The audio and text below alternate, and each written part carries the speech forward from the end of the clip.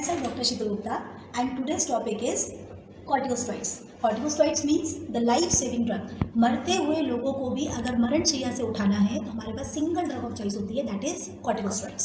So corticosteroids is a drug जिसको हम emergency में किसी भी कंडीशन पे दे सकते हैं. लाइक किसी को कीड़े ने काट लिया, जहरीले कीड़े ने काट लिया, पॉइजनस स्नेक ने काट लिया, किसी को ड्रग रिएक्शंस हो गई लाइक पेनिसिलिन रिएक्शन हो गया, और आइदर किसी को ए पॉजिटिव ब्लड को आपने बी पॉजिटिव ब्लड दे दिया. In every emergency cases the drug of choice is corticosteroids. Corticosteroids को हम लोग ऑटो इम्यून डिजीज में देते हैं. ऑटो इम्यून वेयर आप ही की बॉडी ने एंटीबॉडीज बना रखी है जो आप ही की बॉडी को डिस्ट्रक्ट कर रही है, that is known as auto immune disease like nephrotic syndrome, auto immune haemolytic anaemia, auto immune thrombocytopenia, auto immune purpura. So these myasthenia gravis, these are the auto immune disease जहाँ पर आप ही की antibodies आपको परेशान कर रही है. So the drug of choice is corticosteroids. So corticosteroid एक ऐसी मेडिसिन है जहाँ पर हम उसको एक्यूट मेडिकल इमरजेंसी में बिना सोचे समझे आंख बंद करके यूज कर सकते हैं. So in this chapter we will go through कि what are the drugs which are used, then what are the uses of corticosteroids and what are the side effects. कि अगर इतनी अच्छी ड्रग है तो हम इसको रेगुलर यूज क्यों नहीं करते, बिकॉज रेगुलर यूज करने से, लॉन्ग टर्म यूज होने से इसके साइड इफेक्ट्स भी उतने ही ज़्यादा होते हैं. So we will go one by one. First are the what are the drugs, then what are the action, then इसके साइड इफेक्ट्स, देन इसके uses. Okay, let's start. These are secreted by the adrenal glands. Adrenal gland has two parts, adrenal cortex as well as adrenal medulla. Adrenal cortex has three parts, zona glomerulosa, zona fasciculata and zona reticularis. By zona glomerulosa aldosterone secrete होता है, from the fasciculata hydrocortisone secrete होता है, and from the reticularis dihydroepiandrosterone acetate and testosterone. So these are the hormones which are secreted by adrenal cortex. While adrenaline is the single hormone which is responsible for 3F. 3F means fear, fight and flight. So these three hormones, that is 3F hormone, that is adrenaline, it is secreted by the adrenal medulla. So these are the hormones which are secreted by the adrenal glands. So in this chapter we will go through, that is corticosteroids, जो कि बीच का होता है hydrocortisone. सो corticosteroids दो तरह के होते हैं, mineralocorticoid as well as glucocorticoid. Mineralocorticoids, as the name suggests, minerals, it means it is responsible for the sodium and potassium balance. And glucocorticoid, as the name suggests, gluco, because it is responsible for glucose level in the blood. तो ये हमारे blood में glucose के level को maintain करता है, hence carbohydrate, fat and protein metabolism पे काम करेगा. Now come to the action of corticosteroids. तो एक्शन में इन ऑन कार्बोहाइड्रेट्स ग्लूकोनियोजेनेसिस कराएगा, नई नई चीज़ों से ग्लूकोज बनाएगा, and causes hyperglycaemia, sugar level बढ़ाएगा. Proteins, breakdown of protein results in the amino acid formation, and these amino acids are taken up by the liver for gluconeogenesis and hence results in negative nitrogen balance. But ultimately it breaks down the protein and results in amino acid formation. On the fat, it promotes lipolysis. ये lipid को तोड़ता है, but this is not helpful. क्या बोलोगे lipid टूटेगा तो weight lose हो जाएगा? नो, लिपिड को तोड़ेगा. It causes loss of fat from the extremities and get deposited over face, neck and shoulder, resulting in moon like face, fish like mouth, buffalo hump. And this all are known as Cushing's habitus. एक word होता है Cushing syndrome and एक होता है Cushing habits. अगर आप steroids दे रहे हैं artificially in the form of medicine, और अगर ये चेंजेस आ रहे हैं कि आपका मून लाइक फेस हो रहा है, पूरे फेस पे एक्सट्रीमिटीज पे फैट डिपॉजिट हो रहा है, फिश लाइक माउथ हो रहा है, बफेलो हेम्प हो रहा है, than this is known as Cushing habitus. And suppose कि this hormone is automatically secreted by body because of some tumour in the adrenal cortex, then the increase in steroid level automatically in the body, then it is known as Cushing syndrome. So ये दोनों चीज़ें it is related with the corticosteroids, but artificially medicine के form में दे रहे हैं, then Cushing habitus, body automatically secrete कर रही है, then it is known as Cushing syndrome. Calcium metabolism, it inhibits the calcium absorption from the intestine and excretion, so calcium level decreases. It means कि जितना glucose का corticosteroid level बढ़ेगा उतना ही आपकी body से कैल्शियम कम होगा. Next, water increases the water excretion. On the CVS it causes hypertension. On the stomach, it increases the gastric acid secretion, hence causes peptic ulcerations, inflammation, and allergic reaction. These are the two most important reactions. This is the most important anti-inflammatory drug which is available. So it decreases the inflammation but does not remove the cause. Cause खत्म नहीं करेगा but inflammation को खत्म करेगा. तो we have to treat the cause, and inflammation को खत्म करने के लिए we will start corticosteroids. And allergic reactions, all allergic reactions decreases by this corticosteroids. Hence it is the best anti-inflammatory drug as well as it is the best anti-allergic drugs. So these are the actions. So अगर मैं summarise करूँ actions को, तो glucose के level को ये बढ़ाएगा, HCl के लेवल को बढ़ाएगा, ब्लड प्रेशर को बढ़ाएगा. इट मीन्स कि ग्लूकोकॉर्टिकॉइड अगर आपकी बॉडी में ज़्यादा हुआ तो ग्लूकोज का लेवल बढ़ेगा, दैट मीन्स शुगर का लेवल बढ़ेगा, HCl बढ़ेगा मीन्स एसिडिटी बढ़ेगी एंड ब्लड प्रेशर बढ़ेगा. वाइल ये कैल्शियम को कम करता है, दैट मीन्स ये ऑस्टियोपोरोसिस कराएगा, इन्फ्लेमेशन को कम करेगा एंड एलर्जिक रिएक्शंस को कम करेगा. तो ये कंसाइज फॉर्म में तीन चीज़ों को बढ़ा रहा है और तीन को ये कम कर रहा है. Now come to the drugs कि what are the drugs.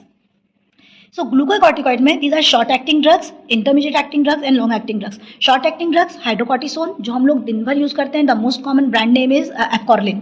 Second intermediate drug this is known as prednisolone and triamcinolone. Long acting drug it is dexamethasone and betamethasone. Long acting ये लॉन्ग एक्शन दिखाएगा. Short acting hydrocortisone जल्दी काम करेगा and with in minutes टूट जाएगा. तो for an acute medical emergency conditions में हम short acting and long acting दोनों को मिलाकर दे देते हैं. ये तुरंत इमीडिएटली काम करेगा बट इमीडिएट टूटेगा. तब तक इन द मीनवाइल आपका लॉन्ग एक्टिंग काम करेगा और लॉन्ग एक्शन दिखाएगा. तो इमरजेंसी कंडीशंस में we are using both.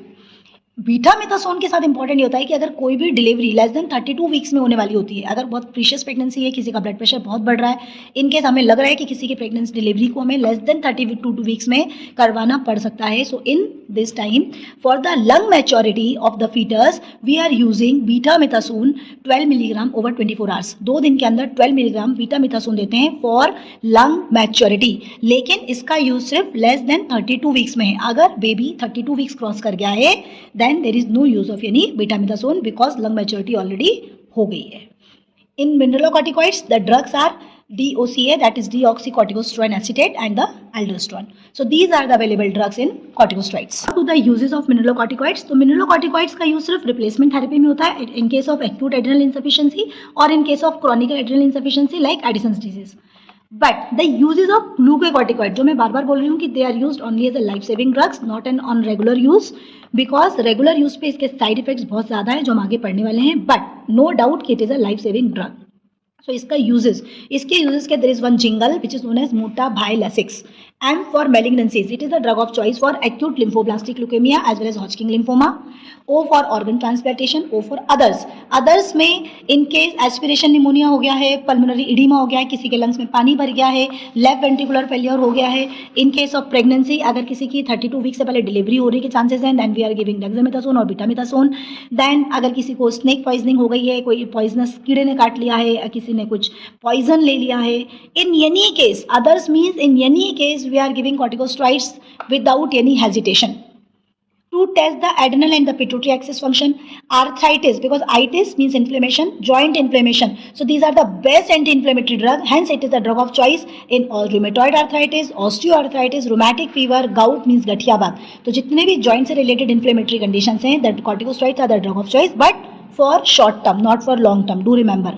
And ये सिर्फ इन्फ्लेमेशन को कम करता है, ये आपके रूट कॉज को खत्म नहीं करेगा. So you have to treat the cause and for the inflammation हम इसको यूज करेंगे. Next is autoimmune disease. As I am already say autoimmune haemolytic anaemia, thrombocytopenia, myasthenia gravis, nephrotic syndrome, all type of autoimmune disease the drug of choice is corticosteroids. In any type of allergic reactions, we are giving corticosteroids. Bronchial asthma, especially status asthmaticus, which is an acute medical emergency. The drug of choice is आपका corticosteroid. इसी का हम आपको spray अब nebulisation start करते हैं in the form of साल्ब्यूटामॉल, अस्थलिन जिसे बोलते हैं आपका. इसी में हम इसका स्प्रेज यूज कर सकते हैं, इसी के हम इंजेक्शन यूज करते हैं, Efcorlin that is hydrocortisone and dexamethasone. So in acute medical emergency which is known as status asthmaticus, corticosteroids are the drug of choice. In lung disease, pneumonia and other lung disease, in eye disease like conjunctivitis, like keratitis, in any of the skin disorder, in any of the intestinal disease, especially ulcerative colitis. Actually, it is an again autoimmune disease in which inflammation occurs in the colon and followed by the ulcer formation. So, drug of choice, corticosteroids. Cerebral edema, the brain में edema हो गया either because of the tumor or because of the meningitis, either it is tubercular meningitis, pyogenic meningitis, और आपका road traffic accident हो गया है, brain में injury हो गई है. In any case, अगर if cerebral edema हो रहा है, then the drug of choice is corticosteroids. And last is shock. In any type of shock अभी हम आगे पढ़ेंगे. It may be hemorrhagic shock, it may be आपका hypovolemic shock, it may be septicemic shock, it may be neurogenic shock. So in any type of shock, because shock is an emergency conditions, so in any type of shock, the drug of choice is corticosteroids. So these are the uses of corticosteroids. So motaભાઇલેસિક્સ, M for malignancy, O for organ transplantation, second O is for others, T for to test the adrenal pituitary axis, A for arthritis, A for autoimmune disease, A for allergic reactions, B for bronchial asthma, L for lung disease, E for eye disease, S for skin disease, I for intestinal disease, C for cerebral edema, and S for shock. So these are the uses. Very important point which is known as side effects, क्योंकि इतना अगर emergency drug है, so why we are not using routinely, as I am already said that it is having lot of side effects on the long term use. So उसके side effects का jingle है dog chimpanzee. D for delayed healing of wound, because आपकी body की immunity को कम करता है ये. दीज आर द ड्रग जो कि इम्यूनिटी को कम करेगा. इम्यूनिटी कम करेगा तो हीलिंग नहीं होगी. O फॉर ऑस्टियोपोरोसिस, क्योंकि अभी हमने पढ़ा था कैल्शियम डिपोजिशन कम कर देता है. G for glaucoma, early onset glaucoma, समय से पहले ग्लाउकोमा हो जाएगा. G for growth retardation. C for Cushing habitus, अभी हमने पढ़ा है कि पूरे लोअर एक्सट्रीमिटी से फैट को डिपॉजिट करके आपके नेक पे, फेस पर डिपॉजिट करेगा, आपके शोल्डर्स पर डिपॉजिट करेगा, which will causes Cushing habitus. H से हाइपरग्लाइसीमिया, शुगर के लेवल को बढ़ा देता है. I for infections, because immunity कम हो रही है इसलिए रिकरेंट इन्फेक्शंस होने के चांसेस हो जाएंगे. M for muscular weakness. P for peptic ulceration, because HCl के सीक्रेशन को बढ़ा रहा था इसलिए पेप्टिक अल्सरेशन कराएगा. पोस्टीरियर सबकैप्सुलर कैटरेक्ट, टाइम से पहले आपको कैटरेक्ट हो जाएगा. Psychiatric disturbances and the purple striae on the abdomen thigh, because क्योंकि लोअर एब्डोमेन, लोअर एक्सट्रीमिटीज से ये फैट को निकाल कर आपके अपर एक्सट्रीमिटीज में डिपॉजिट करेगा, तो लोअर एक्सट्रीमिटीज आपका वेट लूज करेगा. दैट्स वाई आपके पूरे लोअर एक्सट्रीमिटीज में पर्पल स्टाइज या पर्पल निशान आएंगे, विच इंडिकेट कि आपने यहाँ से फैट लूज किया है. So these are the side effects, जिसका जिंगल है डॉग चिंपैंजी. अब अगर हम बात करते हैं कंट्रा इंडिकेशन की, क्या कंडीशन है जिसमें हमें कॉर्टिकोस्टेरॉइड्स नहीं देने हैं, तो दो वर्ड्स होते हैं. One is relative contraindication and one is absolute contraindication. Absolute means किसी भी कीमत पर नहीं देना है, but for corticosteroid there is no absolute contraindication. आप इसको हर जगह दे सकते हो. So that's why relative contraindication हो सकते हैं कि कोशिश करो मत दो, बट अगर देने की जरूरत है तो दे दो. सो रिलेटिव कंट्रा इंडिकेशन लाइक अगर किसी पेशेंट को ऑलरेडी ऑस्टियोपोरोसिस है तो एज वी नो कॉर्टिकोस्टेरॉइड देने से कैल्शियम कम होगा तो मत दो. पेप्टिक अल्सरेशन का पेशेंट है, ऑलरेडी किसी को एसिडिटी की प्रॉब्लम होती है, गैस्ट्राइटिस हो रहा है, अल्सर्स है पेट में, कोशिश करो कॉर्टिकोस्टेरॉइड मत दो. लेकिन अगर इमरजेंसी में 5-7 दिन देना भी पड़े तो कोई बात नहीं, दे सकते हैं. प्रेगनेंसी में कोशिश करो न दो, क्योंकि ये आपकी इम्यूनिटी को कम कर रहा है. देन हाइपरटेंशन, बिकॉज ये ब्लड प्रेशर को बढ़ा रहा था, सीवीएस में वाटर एक्सक्रीशन बढ़ा रहा है, इसलिए कोशिश करो हाइपरटेंशन में मत दो. डायबिटिक पेशेंट्स में कोशिश करो मत दो, क्योंकि ये शुगर को बढ़ा देता है. लेकिन अगर सपोज एक स्टेटस अस्थमैटिकस का पेशेंट अगर आपके इमरजेंसी में आता है और एक्यूट उसको प्रॉब्लम हो रहा है कि उसकी ऑक्सीजन भी अंदर नहीं जा रही है, उस केस में the drug of choice is only corticosteroids.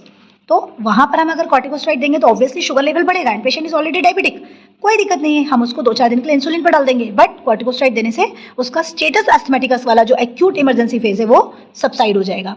Then कोशिश करना है कि कंजस्टिव हार्ट फेल्योर के पेशेंट्स में नहीं देना है, क्योंकि हार्ट पे वाटर एक्सक्रीशन को बढ़ाता है. कोशिश करनी है रिनल फेल्योर के पेशेंट्स में नहीं देना है, क्योंकि वाटर एक्सक्रीशन को बढ़ाता है. So these are some of the relative contraindication जहाँ पर हमारी कोशिश रहेगी कि हम इसे नहीं दें, बट अगर देने की जरूरत पड़ सकती है तो आप बिल्कुल without any hesitation short term use पे इसको दे सकते हैं. So okay friend, this is all about the corticosteroids.